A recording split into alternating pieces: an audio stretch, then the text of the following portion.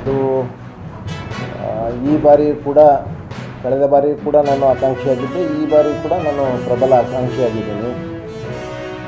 ಯಾಕಂದರೆ ಹುಬ್ಬಳ್ಳಿ ಧಾರವಾಡ ಅನ್ನುವಂಥದ್ದು ಬೆಂಗಳೂರು ಬಿಟ್ಟರೆ ಎರಡನೇ ದೊಡ್ಡ ಮಹಾನಗರ ಮತ್ತು ಭಾಳ ಪ್ರಮುಖ ಪೊಲಿಟಿಕಲ್ ಆ್ಯಕ್ಟಿವಿಟೀಸ್ ನಡೆಯುವಂಥ ಭಾಳ ಪ್ರಮುಖವಾದಂಥ ಈ ಒಂದು ಕೇಂದ್ರ. ಆ ನಿಟ್ಟಿನಲ್ಲಿ ನಾನು ಈ ಭಾಗದಲ್ಲಿ ಸತತವಾಗಿ 3 ಬಾರಿ ಆಯ್ಕೆಯಾಗಿದ್ದೀನಿ ಮತ್ತು ಪ್ರತಿ ಬಾರಿ ಕೂಡ ಸುಮಾರು 10,000ಗಳ ಅಂತರದಿಂದ ಗೆಲುವನ್ನು ಸಾಧಿಸ್ತಾ ಬಂದಿದ್ದೀನಿ. ಮತ್ತು ಗೆಲ್ಲೋದು ಅಂತಂದರೆ ನಾನು ಈ ಭಾಗದಲ್ಲಿ ಪ್ರಾಮಾಣಿಕವಾದಂಥ ಏನು ಜನರ ಸೇವೆ ಮಾಡುವಂಥದ್ದು, ಈ ಭಾಗದ ಅಭಿವೃದ್ಧಿ ಕೆಲಸ ಮಾಡೋದ್ರ ಮೂಲಕ ಜನರು ನನಗೆ ಗುರುತಿಸಿದ್ದಾರೆ. ಬಹುಶಃ ಅದಕ್ಕಾಗಿ ನನಗೆ ಈ ಥರದ ಆಶೀರ್ವಾದ ಮಾಡಿ ಈ ಭಾಗದಲ್ಲಿ ಭಾಳ ಯಶಸ್ವಿಯಾಗಿ 3 ಬಾರಿ ಕೆಲಸ ಮಾಡುವಂಥ ಅವಕಾಶಗಳನ್ನು ಕೊಟ್ಟಿದ್ದಾರೆ. ಬಹುಶಃ ಇವತ್ತು ಇನ್ನೂ ಹೆಚ್ಚಿನ ಒಂದು ಶಕ್ತಿ ಕೊಟ್ಟರೆ ಇನ್ನೂ ರಾಜ್ಯ ಮಟ್ಟದಲ್ಲಿ ಒಳ್ಳೆಯ ಕೆಲಸ ಮಾಡ್ಬೋದು ಅನ್ನುವಂಥ ಒಂದು ನಿರೀಕ್ಷೆಯನ್ನು ಇಟ್ಕೊಂಡಿದ್ದೀವಿ. ಮತ್ತು ಜನರ ಒಂದು ಅಭಿಪ್ರಾಯ ಕೂಡ ಬಹಳಷ್ಟು ನನ್ನ ವಿಶೇಷವಾಗಿ ಮುಂಬೈ ಕರ್ನಾಟಕದ ಎಲ್ಲ ಜಿಲ್ಲೆಯವರು ಕೂಡ ಈ ಬಾರಿ ನಿಮಗೆ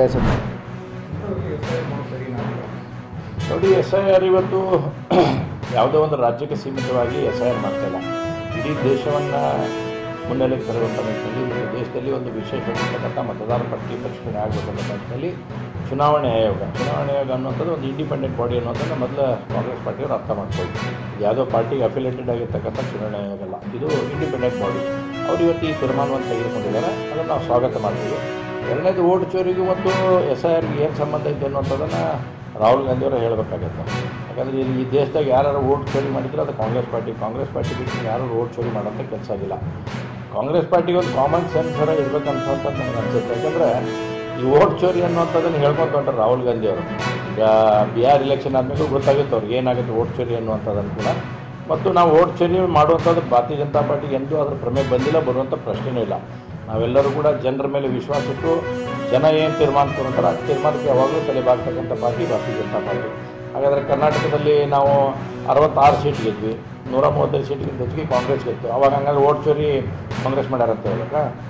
ದೇಶದ ಲೋಕಸಭಾ ಚುನಾವಣೆ ನಡೆದಂಥ ಸಂದರ್ಭದಲ್ಲಿ ಭಾರತೀಯ ಜನತಾ ಪಾರ್ಟಿ ನಾವು ಇಂಡಿಪೆಂಡೆಂಟ್ 273 ಆಗಿಲ್ಲ, ಕಮ್ಮಿ ಆಗಿವೆ ನಾವು ಈ ಸಲ.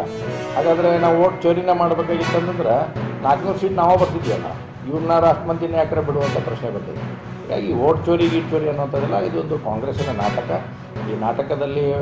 ಈ ನಾಟಕ ಮಾಡ್ತಾ ರಾಜ್ಯಗಳಲ್ಲಿ ಜನರಲ್ಲಿ ಭ್ರಮೆಯನ್ನು ಹುಟ್ಟಿಸ್ತಕ್ಕಂಥ ಕೆಲಸವನ್ನು ಕಾಂಗ್ರೆಸ್ ಪಾರ್ಟಿ ಮಾಡ್ತಾಯಿದೆ. ಇದಕ್ಕೆ ಯಾರೂ ಕೂಡ ಒಪ್ಪುವುದಿಲ್ಲ ಅನ್ನೋಂಥದ್ದು ಅಷ್ಟೇ ಸ್ಪಷ್ಟವಾಗಿದೆ. ಈ ವೋಟ್ ಚೋರಿಗೂ ಮತ್ತು SIRಗೆ ಯಾವುದೇ ರೀತಿಯಾದಂಥ ಸಂಬಂಧ ಇಲ್ಲ.